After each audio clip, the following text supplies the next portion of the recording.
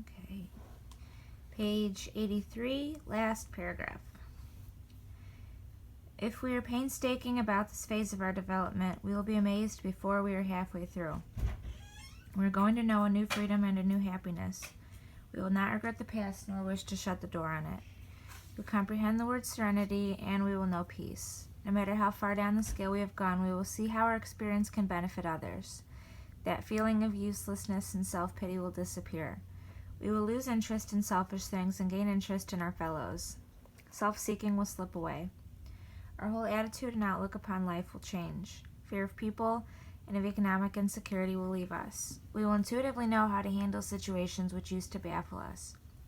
We will suddenly realize that God is doing for us what we could not do for ourselves.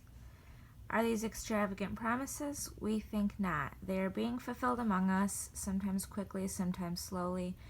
They will always materialize if we work for them. This thought brings us to step 10, which suggests we continue to take personal inventory and continue to set right any new mistakes as we go along. We vigorously commence this way of living as we clean up the past. We have entered the world of the Spirit. Our next function is to grow in understanding and effectiveness. This is not an overnight matter. It should continue for our lifetime. Continue to watch for selfishness, dishonesty, resentment, and fear. When these crop up, we ask God at once to remove them. We discuss them with someone immediately and make amends quickly if we have harmed anyone. Then we resolutely turn our thoughts to someone we can help. Love and tolerance of others is our code. And we have ceased fighting anything or anyone, even alcohol, for by this time sanity will have returned. We will seldom be interested in liquor. If tempted, we recoil from it as from a hot flame. We react sanely and normally, and we will find that this has happened automatically. We will see that our new attitude toward liquor has been given us without any thought or effort on our part. It just comes. That is the miracle of it. We are not fighting it, neither are we avoiding temptation. We feel as though we had been placed in a position of neutrality, safe and protected. We have not even sworn off. Instead, the problem has been removed. It does not exist for us. We are neither cocky nor are we afraid. That is our experience. This is how we react so long as we keep in fit spiritual condition. It's easy to let up on the spiritual program of action and rest on our laurels. We are headed for trouble if we do, for alcohol is a subtle foe. We are not cured of alcoholism. What we really have is a daily reprieve contingent on the maintenance of our spiritual condition. Every day is a day when we must carry the vision of God's will into all of our activities. How can I best serve Thee? Thy will, not mine, be done. These are thoughts which must go with us constantly. We can exercise our willpower along this line all we wish. It is the proper use of the will. Much has already been said about receiving strength, inspiration, and direction from Him who has all knowledge and power. If we have carefully followed directions, we have begun to sense the flow of His Spirit into us. To some extent, we have become God-conscious. We have begun to develop this vital sixth sense. But we must go further, and that means more action. Step 11 suggests prayer and meditation. We shouldn't be shy in this matter of prayer. Better men than we are using it constantly. It works if we have the proper attitude and work at it. It would be easy to be vague about this matter, yet we believe we can make some definite and valuable suggestions. When we retire at night, we constructively review our day. Were we resentful, selfish, dishonest, or afraid? Do we owe an apology? Have we kept something to ourselves which should be discussed with another person at once? Were we kind and loving toward all? What could we have done better? Were we thinking of ourselves most of the time? Or were we thinking of what we could do for others, of what we could pack into the stream of life?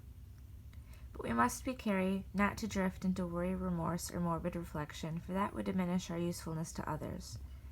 After making our review, we ask God's forgiveness and inquire what corrective measures should be taken. On awakening, let us think about the 24 hours ahead. We consider our plans for the day. Before we begin, we ask God to direct our thinking, especially asking that it be divorced from self-pity, dishonest, or self-seeking motives. Under these conditions, we can employ our mental faculties with assurance, for after all, God gave us brains to use. Our thought life will be placed on a much higher plane when our thinking is cleared of wrong motives. In thinking about our day, we may face indecision. We may not be able to determine which course to take. Here we ask God for inspiration, an intuitive thought or a decision. We relax and take it easy. We don't struggle. We are often surprised how the right answers come after we have tried this for a while. What used to be the hunch or occasional inspiration gradually becomes a working part of the mind.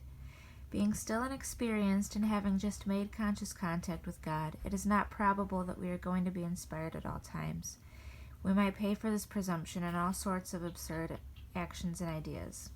Nevertheless, we find that our thinking will, as the time passes, be more and more in the plane of inspiration. We come to rely upon it. We usually conclude the period of meditation with a prayer that we be shown all through the day what our next step is to be, that we be given whatever we need to take care of such problems. We ask especially for freedom from self-will and are careful to make no requests for ourselves only. We may ask for ourselves, however, if others will be helped. We are careful never to pray for our own selfish ends. Many of us have wasted a lot of time doing that, and it doesn't work. You can easily see why. If circumstances warrant, we ask our wives or friends to join us in morning meditation.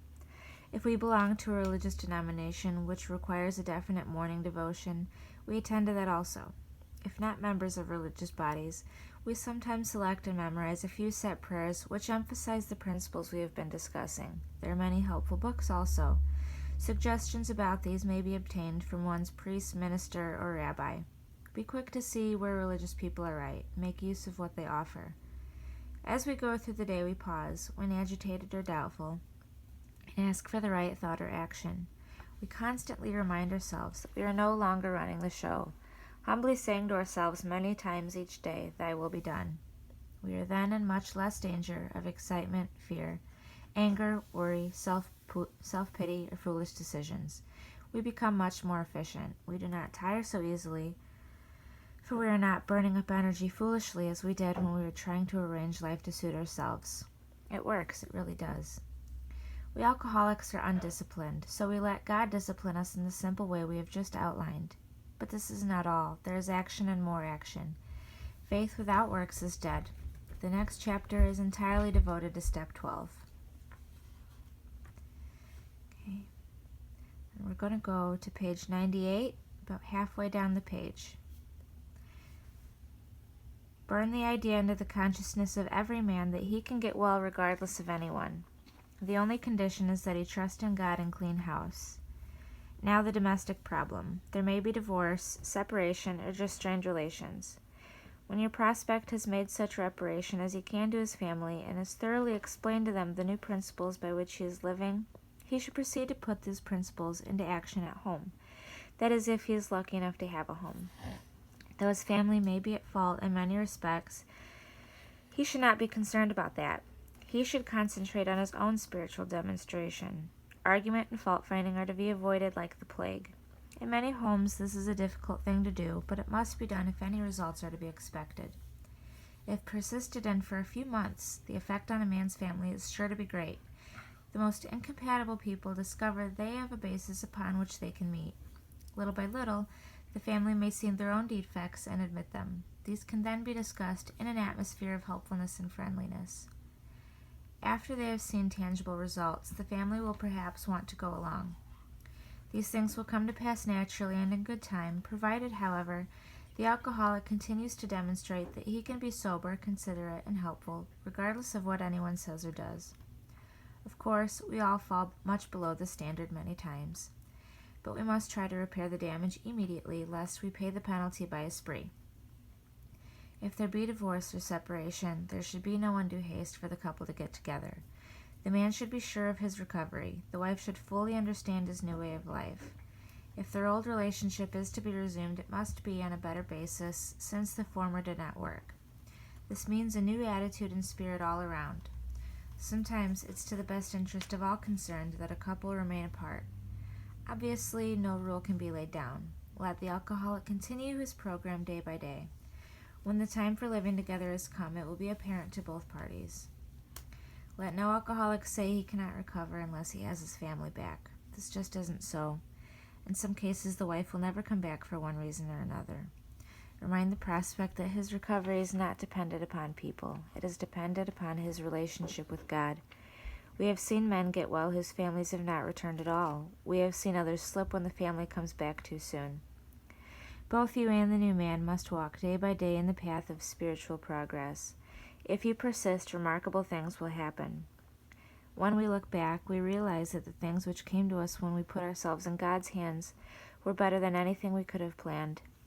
Follow the dictates of a higher power, and you will presently live in a new and wonderful world, no matter what your present circumstances.